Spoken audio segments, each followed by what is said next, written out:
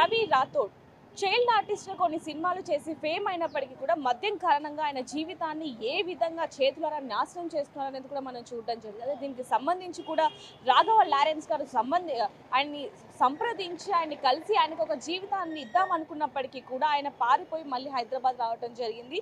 దీనికి సంబంధించి కూడా ఆయన కొన్ని వీడియోస్లో కూడా నేను మళ్ళీ రాఘవ లారెన్స్ దగ్గరికి వెళ్ళాలంటే నాకు భయంగా ఉంది, ఆయన కొడతారేమో అనిపిస్తుంది అంటూ కూడా ఆయన ఒక వీడియో చేయడంతో ఆ వీడియో రాఘవ లారెన్స్ దాకా వెళ్ళి ఆయన ఒక వీడియోని కూడా పోస్ట్ చేయడం జరిగింది. నేమి కొట్టను, నన్ను సంప్రదించు, నేను ఇక్కడ ఉంటాను అంటూ కూడా చెప్పడం జరిగింది. అయితే దీనికి సంబంధించి ఆయన రవి రాథోడ్ వెళ్ళిపోయాడా లేకపోతే ఇక్కడ ఉన్నాడా అనేది కూడా ఒకసారి కనుక్కునే ప్రయత్నం చేద్దాం. ఆయన అయితే ఎప్పుడు కూడా ఇక్కడ కృష్ణానగర్లోనే ఇక్కడే ఉంటూ ఉంటారు. మద్యం కారణంగా ఆయన ఆరోగ్యం ఎంత పాడైనప్పటికీ కూడా ఆయన ఆరోగ్యం నిజంగానే చాలా పాడైందని చెప్పొచ్చు. కాళ్ళు కూడా దెబ్బతిన్న పరిస్థితి కనిపిస్తుంది. ఆయన సరిగ్గా నడవలేని పరిస్థితిలో ఉన్నాడంటూ కూడా కొంతమంది చెప్పడం జరుగుతుందని చెప్పొచ్చు. దీనికి సంబంధించి ఇప్పుడు మనతో పాటు కొంతమంది ఉన్నారు, వారితో మాట్లాడదాం.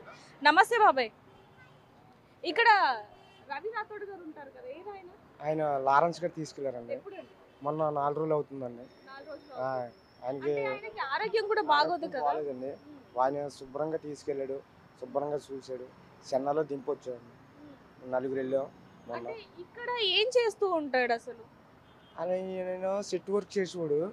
ఈ మధ్యలో ఏమీ వెళ్తలేదు, కాళ్ళు అయ్యి లేగుతలేదు. దాని గురించి ఇంకా ఆగిపోయాడు. మొన్న మేము చెప్తే ఆయన వచ్చి తీసుకెళ్ళాడు. ఆయన తీసుకెళ్ళి శుభ్రంగా ఆయన మనుషుల్ని పంపించారా లేకపోతే రాఘవ లారెన్స్ గారు ఇక్కడ రావడం జరిగింది? మనుషులను పంపించాం. ఒక ఆట ఆయన ఉన్నాడండి, ఒక ఆట ఆయన తీసుకెళ్ళి డబ్బులు ఇచ్చి దింపి వెళ్ళాడు. శుభ్రంగా ఇంతకు ముందు కూడా అక్కడికి వెళ్ళి రావడం జరిగింది. అసలు ఎందుకు వచ్చేసాడు? అంతకుముందు 6 నెలలు ఉన్నాడండి. 6 నెలలు ఉంటే ఆయన ఇంకా ఇది అలవాటైపోయి మధ్యాహ్నానికి అలవాటైపోయి వచ్చేసి ఇంకా సర్లే అని చెప్పేసి మొన్న నేను తిడితే ఎవరే ఎందుకురా ఆ లైఫ్ ఎందుకురా అంటే సర్లే వెళ్తాను, నువ్వేం కంగారు పడకని చెప్తే మొన్న పంపేవాడిని. 4 రోజులు అయింది. ఆయన ఆరోగ్యం ఎలా ఉంది అసలు? మొత్తం మద్యానికి బానిస అయిపోవడం జరిగింది. ఆయన ఆరోగ్యం కూడా బాగాలేదు అంటున్నారు. మధ్యాహ్నం బానిస అయిపోయి అది దానికి బానిస అయిపోయి ఇది అయిపోయాడు అంతే. దాని గురించి అయితే మరి మొన్న ఎప్పుడు వచ్చి తీసుకొని వెళ్ళడం జరిగింది? ఏమైనా చెప్పాడా మీకు వెళ్లే ముందు? 1వ తారీఖున అనుకుంటాను. 1వ తారీఖున వెళ్ళాను. 1వ తారీఖున తీసుకుని వెళ్ళాను.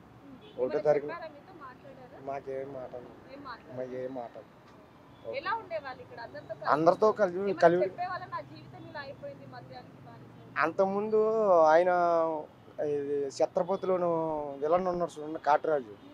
ఆయన కూడా అల్యూమినియం ఫ్యాక్టరీలో మేము వర్క్ వెళ్తే ఏంద్రా ఈ పరిస్థితి ఏంటి అది అని చెప్తే చి అన్నాడు. ఒరే అలాగనకరా, ఆయన అడిగాడు అది అని చెప్పేసి అన్నాడు. సర్లే అని చెప్పేసి మొన్న బాధపడుతున్నాడు. నా లైఫ్ ఇలాగ అయిపోయింది వెళ్ళాలి అని చెప్పేసి మొన్న పంపాం. 1వ తారీఖు పంపితే అప్పుడు వెళ్ళాడు. ఒరే వద్దురా బాబు, ఈ లైఫ్ వద్దులే, నేను లారెన్స్ గారు ఒకటి అన్నారండి, ఒరే నేనేం కొట్టను, నేనేం తిట్టను, నిన్ను పంపుతా. భయపడాల్సిన అవసరం అసలు ఎందుకు వచ్చింది? కొడతారని అసలు ఆయన ఎందుకు అనుకున్నారు? ఏమి లేదండి, ఇలా కొంచెం ఒక బ్యాచ్ ఉంది. ఆ బ్యాచ్ వల్ల కొంచెం ఇదైపోయాడు, చెడిపోయాడు అంతే తప్ప లేదనుకుంటా. మంచోడే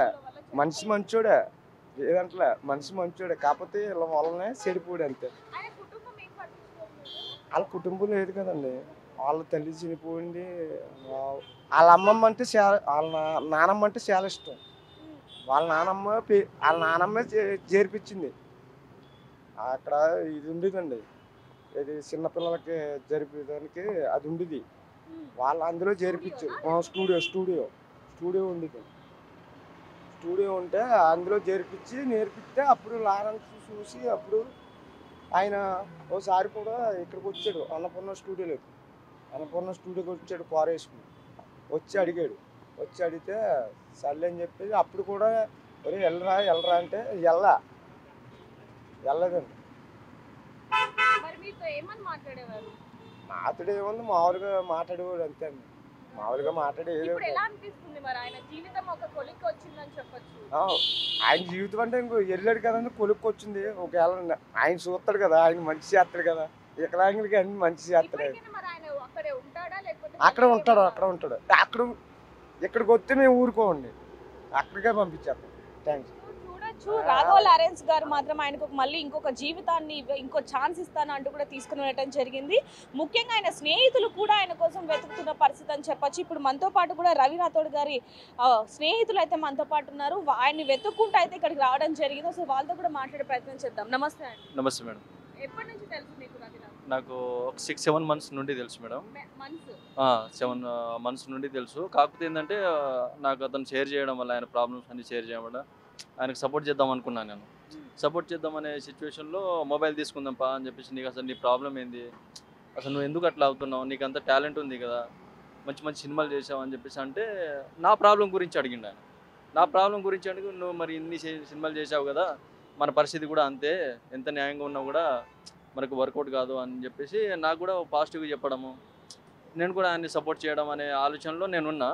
ఆ సిచ్యువేషన్లో ఏంటంటే మళ్ళీ ఫోన్ చేస్తా అని చెప్పేసి అన్నాడు. నా నెంబర్ నేను రాసి ఇచ్చా చిట్టి మీద, మళ్ళీ ఫోన్ చేస్తా అని చెప్పేసి ఫోన్ చేయలేదు. ఇక అప్పటి నుంచి నేను ట్రై చేస్తూనే ఉన్నా. ఇంకా అప్పటి నుంచి నేను వెతకడము, ఎక్కడ ఉన్నాడు ఏంటి అనేది చూడడము, రోజుకు ఒక 2-3 సార్లు అలా చూసుకుంటూ అక్కడ ఉంటాడా, లేదంటే వైన్ షాప్ దగ్గర ఉంటాడా, లేదంటే ఇక్కడ ఉంటాడా అనేది నేను అందరితో మాట్లాడుకుంటూ, ఎక్కడ ఉన్నారు అడ్రస్ ఇవ్వండి, ఇక్కడ కనిపిస్తే చెప్పండి అనే ఇంటెన్షన్తో కూడా నేను అడిగాను. కానీ రెస్పాన్స్, చైల్డ్ ఆర్టిస్ట్ ఒక మంచి ఫ్యూచర్ ఉన్నప్పటికీ కూడా మరి ఆయన ఎందుకని మద్యానికి అలవాటు పడ్డారు బాగా? అంటే పర్సనల్ అనే విషయం చెప్పలేకపోతుండు. పర్సనల్ అనే విషయం అది ఎట్లా ఏంటి అనేది చెప్పలేకపోతుండు. కాకపోతే ఏంటంటే ఆయన ఇట్లా మానేయచ్చు కదా, ఎందుకు తాగుతున్నావు అట్లా అని చెప్పేసి నేను క్వశ్చన్ చేస్తే, ఏంది బ్రో నేను ఇన్ని చేసినా నాకేం ఫలితం లేదు, లాస్ట్ నా పరిస్థితి ఇది, నాకు అవకాశం లేదు ఇది. మరి అవకాశం లేనప్పుడు అట్లా అని చెప్పేసి అంటుండే ఆయన. అవకాశం లేదని చెప్పేసి ఇంటెన్షన్తో చెప్తుండు. అంటే ఇండస్ట్రీకి సంబంధించిన వాళ్ళు ఎవరు కూడా ఆయన పట్టించుకోవట్లేదా, లేకపోతే ఎందుకని ఆయన మరీ అంతగా డిప్రెషన్లోకి వెళ్ళి మద్యం అలవాటు చేసుకోవడం ఇదంతా? పట్టించుకునేవారు కానీ, కాకపోతే మనోడు వెళ్ళేవాడు కదండి, పట్టించుకునేవారు. అందరూ వచ్చేవారు, ఎవరు పడితే వాళ్ళు వచ్చేవారండి, ఎవరు పడితే వాళ్ళు వచ్చి పట్టించుకునేవారు. ఈసారి ఏంటంటే దీనికి అలవాటు అయిపోయి, ఇంకా ఇది అలవాటు అయిపోయి ఒక్క 4 ఉన్నారండి. ఆ 4 వాళ్ళని ఇచ్చేసారు అంతే. అవకాశాలు వచ్చినాయి కానీ రావట్లే. వెళ్తలేదు, వెళ్తలేదండి. వీడు వెళ్ళకపోతుంటే ఇంకా సర్లే ఇంక ఇదే టైప్ అనుకుని చెప్పేసి ఆల్రెడీ 3 సార్లు 4 సార్లు వచ్చాడండి ఆయన. 4 సార్లు వచ్చాడు, అడిగాడు. లారెన్స్ గారు వచ్చారు, వచ్చి అన్ని అడిగారు. ఒరే వచ్చారా, ఇక్కడికి వచ్చారండి, ఇక్కడికే మన అక్కడికి వచ్చారు. ఇక్కడికి వచ్చి ఆయనతో ఏం మాట్లాడారు? ఆయనతో మాట్లాడింది నేను వినలేదు కానండి. ఆయన అడిగాడు, ఒరే నేను ఏం చేయండిరా, నిన్ను శుభ్రంగా చూసుకుంటానురా. అంత బాగుండేవాడు అండి మనిషి, చాలా బాగుండేవాడు మనిషి. అడిగితే నేను రాను అని చెప్పేసి వెళ్ళిపోయాడు. ఇంకా చిరాకు వచ్చి ఇంకా ఆయన పట్టించుకుంటామా.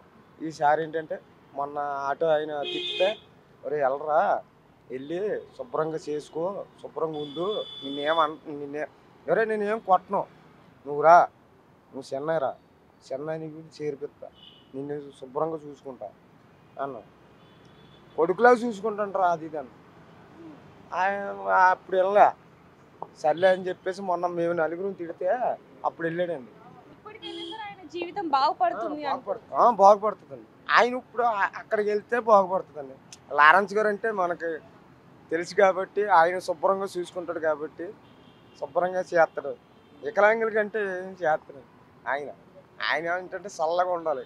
అది మీ ఫ్రెండ్ కి సంబంధించి మాత్రం ఒక జీవితాన్ని లారెన్స్ గారు అయితే అందజేయబోతున్నారు. మరి ఎలా అనిపిస్తుంది? నాకు చాలా ఆనందంగా ఫీల్ అవుతున్నా మేడం. ఎందుకంటే అలాంటి పరిస్థితుల్లో ఆదుకున్నారు అంటే రాఘవ్ సార్, ఎస్పెషల్లీ నా తరపున థ్యాంక్ యూ. యాజ్ ఫ్రెండ్గా నేను థ్యాంక్ యూ చెప్పుకుంటున్నాను రాఘవ్ సార్కి. అండ్ నేను చాలా హ్యాపీగా ఫీల్ అవుతున్నా ఈ సిచ్యువేషన్లో. ఎందుకంటే వచ్చి మనిషి దగ్గర నుండి వచ్చి తీసుకెళ్ళి అనే మంచి ఏ పొజిషన్లో ఉండాలో, నువ్వు ఇంకా బాగుపడాలి, ముందుకెళ్ళాలి, ఇంకా 4 అవకాశాలు రావాలి, నీకు చేర్పిస్తా, నువ్వు అలా ఉండొద్దు, ఇప్పుడు మనిషి మార్చాలి మనిషిని అన్న ఇంటెన్షన్తో దగ్గరకు వచ్చి చెన్నై నుండి వచ్చి తీసుకెళ్ళిందంటే చాలా గర్వకారణంగా ఫీల్ అవుతున్నా. Thank you so much Raghava sir, thank you so much నా ఫ్రెండ్ని హెల్ప్ చేసినందుకు, థ్యాంక్ యూ సో మచ్. చూడొచ్చు. ఇంతకు ముందు కూడా అనేక సార్లు కూడా రవి రాథోడ్‌తో రాఘవ లారెన్స్ గారు మాట్లాడడం జరిగింది. ఎందుకంటే ఇక్కడే అన్నపూర్ణ స్టూడియోస్ ఉంది కాబట్టి ఇక్కడికి వచ్చిన క్రమంలో ఆయనతో కూడా మాట్లాడడం జరిగింది. అప్పుడు కూడా రమ్మంటే నాతో నువ్వు వస్తే నీకు మంచి ఫ్యూచర్ ఉంటుంది, కన్న కొడుకులాగా చూసుకుంటాను అన్న కూడా రాథోడ్ మాత్రం వెళ్లకుండా ఇక్కడ మద్యానికి అలవాటు పడ్డ పరిస్థితి అయితే ఉందని చెప్పొచ్చు. ఇప్పటికైనా ఆయన జీవితం ఒక కొలుక్కు వస్తుందనే మనం అనుకుందాం. ఆయన భవిష్యత్తు బాగుండాలని మనం కూడా కోరుకుందాం. మరిన్ని వార్తల కోసం చూస్తూనే ఉండండి బిగ్ టీవీ. కెమెరామ్యాన్ హరీష్తో రిపోర్టర్ దేవిక, హైదరాబాద్.